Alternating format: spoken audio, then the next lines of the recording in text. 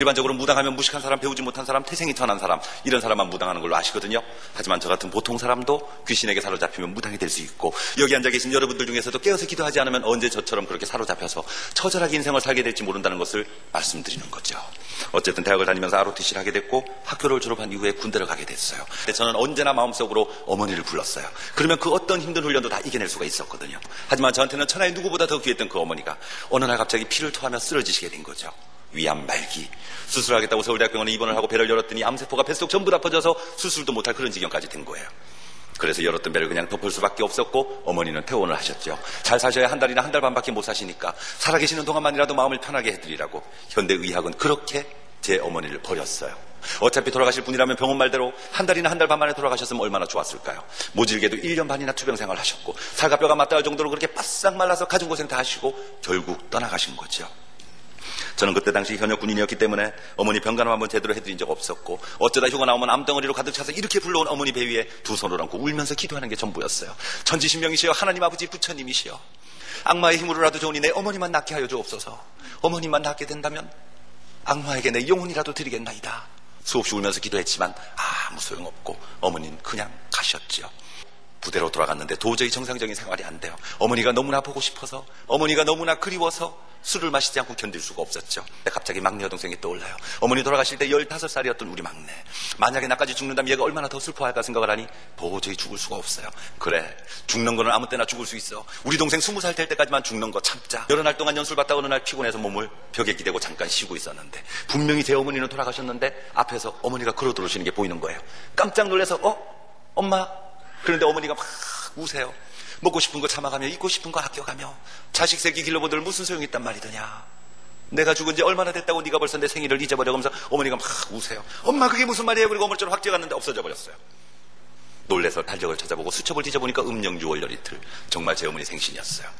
기가 막혔죠. 누구보다도 효자라고 생각했는데, 누구보다도 어머니를 사랑한다고 생각했는데, 어머니 돌아가시고 그 첫 번째 생신마저 잊어버리는 천하의 불효막심한 놈이었어요. 믿지 않는 사람들은 사람 죽으면 돌아오는 그 첫 번째 생신 차려드리는 법이거든요. 회사 연수금 보고 다 제끼고 밖으로 나갔어요. 음식점 가서 2인분을 시켜놓고 제 앞에 1인분, 맞은편에 어머니 목소리 1인분. 숟가락을 밥공기에 거꾸로 꽂아두고 젓가락을 반찬 위에 여기저기 옮기고 다녔더니 음식점 주인이 장사 안 돼 죽겠는데 재수없게 미친놈 들어왔다고 불같이 화를 내더라고요.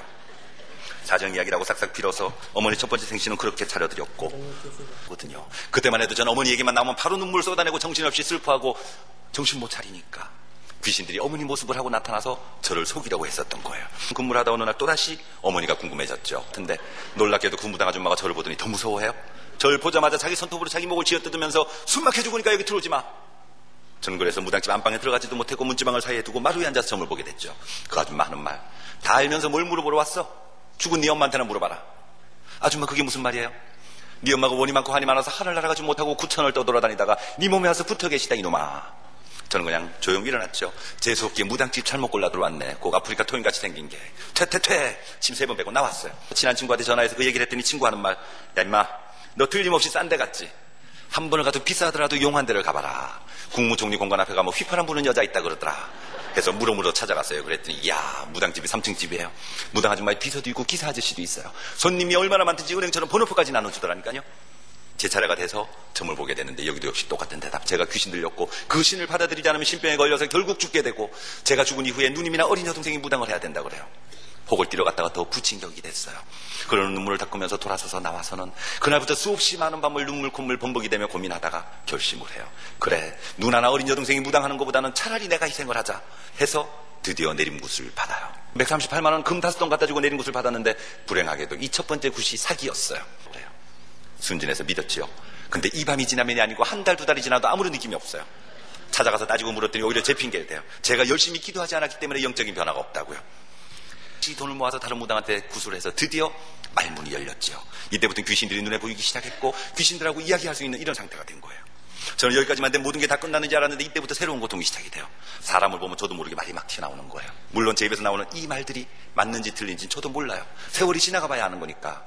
하지만 맞고 안 맞고 이전에 이렇게 말을 막 하다 보면 회사에서 정신병자 취급받고 잘릴까봐 입술을 꽉 깨물고 참기 시작했죠. 그러다가 다시 무당들을 찾아다녀요. 날 이렇게 만든 게 무당들이니까 이런 걸 막을 수 있는 방법도 틀림없이 있을 거야 해서 정말 유명한 무당들 찾아다녔어요. 그때요. 이분 하시는 말씀, 아직은 귀신들이 봐주니까 제가 그나마 정상적으로 생활할 수 있지만 시가 되고 때가 되면 저도 그들과 똑같이 방울부채 흔들면서 점을 봐야 되는 직업 무당을 해야 된다고 그러는 거예요.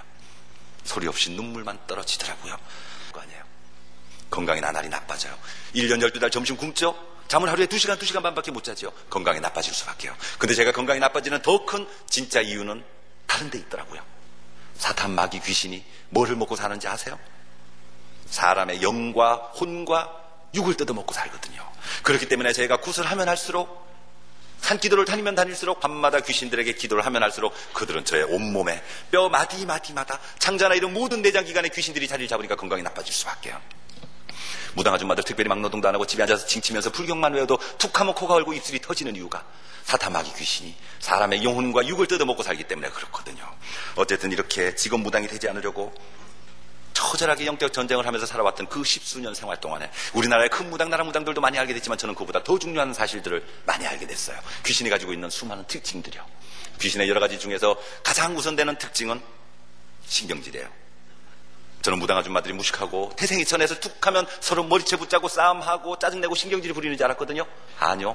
우리 같은 보통 사람도 누구나 귀신 들리면 그렇게 신경질을 내게 되는 거예요. 이렇게 귀신들의 나쁜 점을 알게 되면 될수록 저도 귀신 세계를 벗어나고 싶었죠. 저도 제 몸에 있는 모든 귀신 다 떼어내고 보통 사람으로 살고 싶었거든요. 중에 제 주변에 사건들이 생기기 시작해요. 예수님 믿는 집안에 시집가서 잘 살던 우리 누나 집에 갑자기 부도가 났어요. 110억이 부도가 나서 자영은 비행기 타고 미국으로 도망가 버렸고 누나는 아이 셋을 데리고 야간 도주해서 우리 집으로 왔어요. 귀신들이 당장 내보내라고 난리가 났네요. 왜 재수없게 예수 믿는 여자를 집안에 받아들이느냐고.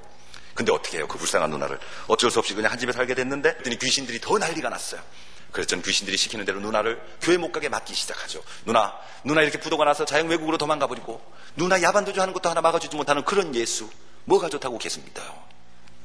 누나 시어머니 평생을 새벽기도 다니고 철야 예배 다녔지만 말년에 자기 아들 외국으로 도망가는 험한 꼴이나 보지 않소. 그런 능력 없는 예수 요번 교회 싹 정리해버리고 내가 용한 점쟁이 소개해 줄 테니까 점이나 한번 보고 구신 한번 합시다.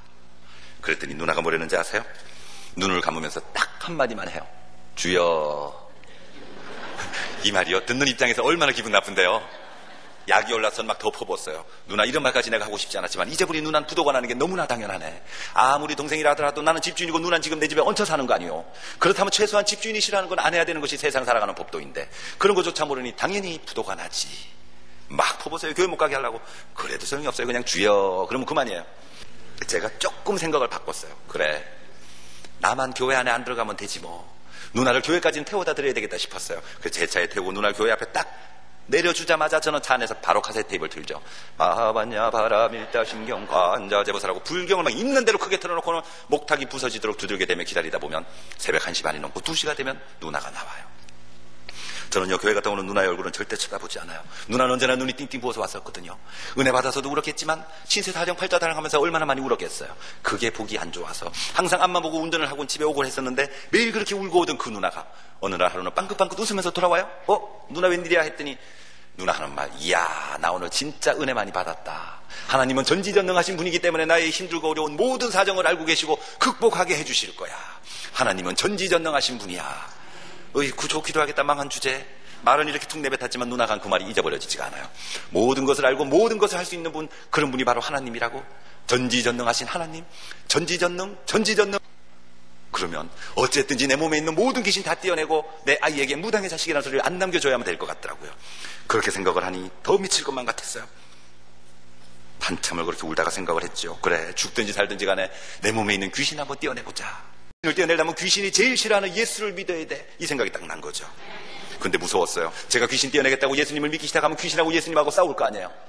만약에 예수님이 지면 저는 죽어요. 예수님은 절대 지시는 분이 아니죠. 항상 승리하시는 분이지만 저는 그때까지만 해도 한 번도 교회를 다녀본 적이 없었기 때문에 귀신이 이길지 예수님이 이길지 도무지 몰랐으니까요. 근데 다시 한번 곰곰이 생각을 해보니까 잘못돼서 내가 죽더라도 차라리 그게 낫다 싶었어요. 제가 죽고 없어지면 남들이 볼 때는 아빠가 젊었을 때 병들어 죽었나 보다. 이 소리는 남겨줄 망정. 내 아이에게 무당의 자식이라는 소리는 안 남겨줄 수 있으니까. 그래 예수님 한번 믿어볼까? 이렇게 생각을 하는데 갑자기 번쩍 떠오른 생각. 우리 누나한테 들었던 바로 그 말. 전지전능하신 하나님.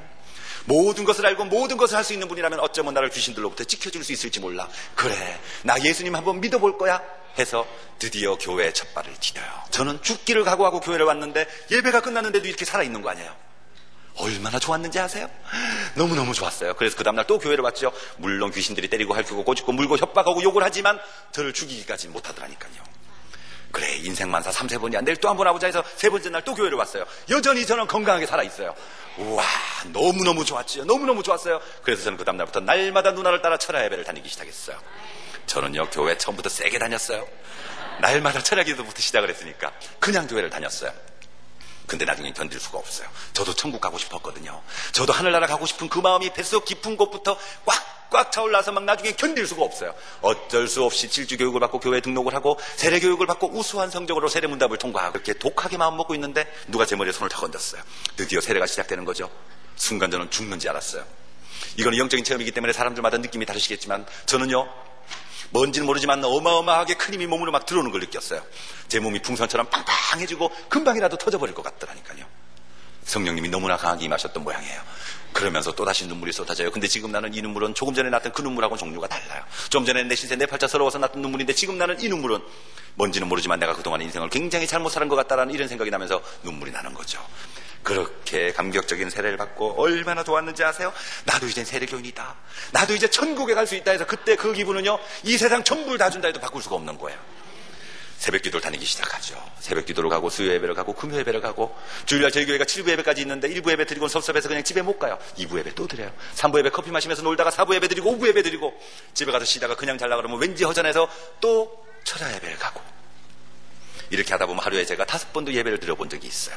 교회를 가는 게 점점 재미있어지고 너무너무 신나는 거예요. 이후에 하나님을 만나 본인 몸에 붙은 귀신을 전부 떼어내시고 박앤옥 목사님이 되셨습니다. 재밌게 들으셨다면 좋아요, 구독 부탁드립니다. 저는 내 마음속 초심찾기였습니다.